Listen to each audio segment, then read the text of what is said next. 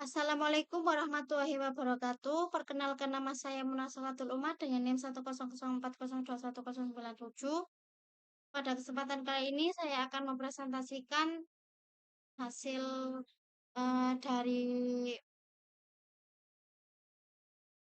dari presentasi saya yaitu yang berjudul Ekonomi Politik yang ditujukan untuk memenuhi tugas UAS mata kuliah Ekonomi Politik. Di sini ada 3 materi yang akan dijelaskan: pendekatan ekonomi politik Marxian, konsep negara Welfare State, teori keadilan John Rawls. Ekonomi politik Marxian merupakan ketikan dari adanya ekonomi politik kapitalisme yang terjadi pada abad ke-18. Dalam sejarahnya, karena mengemukakan kritiknya mengenai sistem kapitalisme yang selanjutnya akan berubah sebagai teori sosialisme yang pada saat ini dikenal dengan komunisme. Kritikan tersebut diantaranya sistem kapitalisme yang sangat eksploitatif karena menempatkan pekerja subordinat, pemegang polis terbesar hanyalah kaum kapital, pembagian keuntungan dalam aktivitas ekonomi selalu tidak proporsional kepada masing-masing pemilik faktor produksi. Awal mula kritikan ini terjadi karena adanya eksploitasi dari kelompok kapitalisme terhadap kaum buruh dan akhirnya muncullah kritikan Marx terhadap kapitalisme karena adanya penindasan kaum borjuis terhadap kaum proletar. Pendekatan politik neo-Marxian. Pemikiran Karl Marx tentang neo-Marxis bermula dari pemikiran teori dialektika dan materialisme Froebel yang mempengaruhi Marx dan menghasilkan teori yang dinamakan materialisme dialektika yang membuat Marx membagi dua komponen yaitu basis struktur dan superstruktur. Pandangan Marx tentang neo-Marxian berasal dari dua pemikiran filsafat yaitu klasik Hegel yang menciptakan teori dialektika yaitu sintesis, antitesis, dan juga sintesis, dan juga pandangan yang kedua yaitu teori materialisme Froebel yang menghasilkan pemikiran Marx tentang materialisme dialektika yang berkembang dalam teori neo-Marxian. Sistem ekonomi politik sosialisme yaitu bermula dari adanya ketimpangan antara teori kelas yang terjadi antara kaum borjuis dan proletar yang menyebabkan adanya ketidaksetaraan antara kaum pemilik modal dan kaum buruh.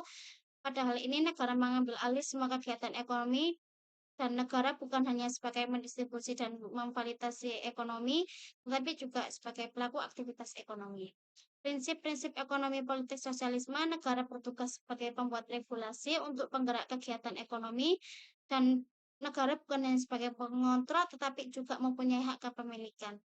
Pelaku ekonomi tidak membuat kesepakatan dengan pelaku ekonomi, tapi membuat kontrak langsung dengan negara sesuai dengan kebijakan yang telah diterapkan. Dengan demikian, tidak ada eksploitasi antara pelaku ekonomi dan juga tidak terjadi ketimpangan. Materi yang kedua yaitu konsep negara welfare state. Konsep welfare state merupakan kritik dari adanya konsep dari neoliberalisme yang dimana tujuan utamanya untuk mensejahterakan masyarakat. Konsep ini erat kaitannya dengan kebijakan politik, sosial, ekonomi, dan berupaya untuk mensejahterakan masyarakat secara menyeluruh. Konsep ini pertama kali muncul di Inggris pada akhir abad ke-19. Konsep ini merupakan respon terhadap ketidakadilan sosial dan kondisi kerja yang buruk yang terjadi pada era revolusi industri. Pengambilan bantuan tersebut asalnya berupa dari pajak dan juga asuransi. Tujuan pokok dari adanya konsep welfare state diantaranya mengontrol dan mengoperasikan sumber daya sosial dan ekonomi untuk kepentingan rakyat, memberikan jaminan kekayaan secara adil dan merata, menyediakan bantuan pokok seperti pendidikan, kesehatan secara merata pada masyarakat, dan juga meringankan beban masyarakat dalam hal ekonomi. Tujuan utama adanya konsep welfare state adalah untuk menyejahterakan masyarakat dengan memberikan bantuan-bantuan pokok seperti bantuan kesehatan dan juga bantuan pendidikan. Dalam konsep welfare state ada 3 model, yaitu model welfare state residual, state institusional, dan juga developmental. Residual ini berfokus pada data-data yang sudah ada atau pada konsep ini kesejahteraannya tidak menyeluruh. Dan hal tersebut terjadi di Indonesia. Data yang diambil bukan bukan secara menyeluruh, tapi hanya beberapa orang yang mendapatkan. Contoh kesejahteraan sosial state residual ini di Indonesia yaitu seperti Kartu Indonesia Pintar dan juga Kartu Indonesia Sehat. Dua bantuan tersebut hanya disalurkan kepada orang-orang yang yang kurang mampu dan juga kadang dan kadang bantuan ini tuh tidak menyeluruh dan banyak banyak banyak yang salah, banyak yang tidak tepat sasaran. Yang kedua yaitu model welfare state institusional. Model ini sistem kesejahteraan sosialnya berpacu pada hak-hak hak-hak kesejahteraan masyarakat dan juga tidak melihat masyarakat itu dari status sosialnya dan juga menyeluruh. Pemerintah memberikan haknya pada seluruh masyarakat. Contoh dari welfare state institutional ini tuh pada negara Skandinavia. Di Skandinavia, eh, bantuan kesehatan dan juga pendidikan gratis itu bagi semua masyarakat yang ada di Skandinavia.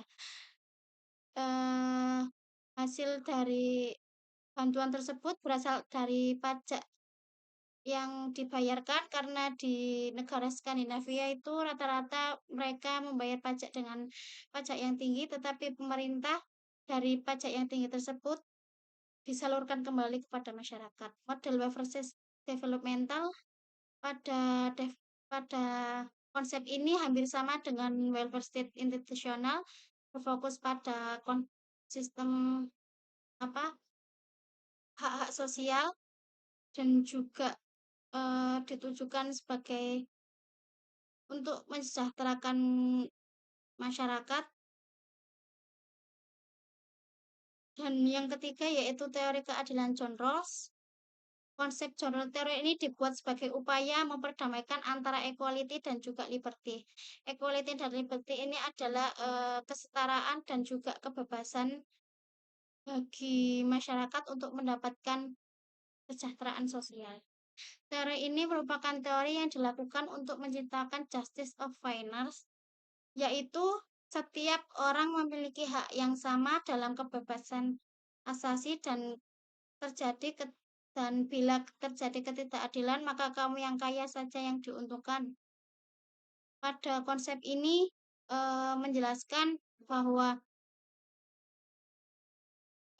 dari kesejahteraan sosial itu tidak melihat dari status sosialnya, jadi dari yang kaya juga harus mendapatkan kesejahteraan sosial dan juga yang miskin juga harus mendapatkan kesejahteraan sosial. Konsep ini dibuat dengan memberikan pajak yang tinggi kepada si kaya melalui pemerintah dan pemerintah mendistribusikannya kepada si miskin. Dan juga konsep dari justice of finance tentang keadilan ini harus berdasarkan adanya pendataan yang bebas, rasional, dan tidak melihat dari kenyataan. Pendataan pada konsep ini tuh tidak melihat dari sisi status sosialnya, jadi tidak melihat itu si kaya ataupun si miskin, dan tidak melihat dia berasal dari status sosial yang mana, dan harus tidak melihat dari sisi itu dan harus rasional. Itu saja presentasi dari saya. Apabila ada perkataan ataupun pernyataan yang tidak menyenangkan, saya selaku presentator mohon maaf yang sebesar-besarnya. Wassalamualaikum warahmatullahi wabarakatuh.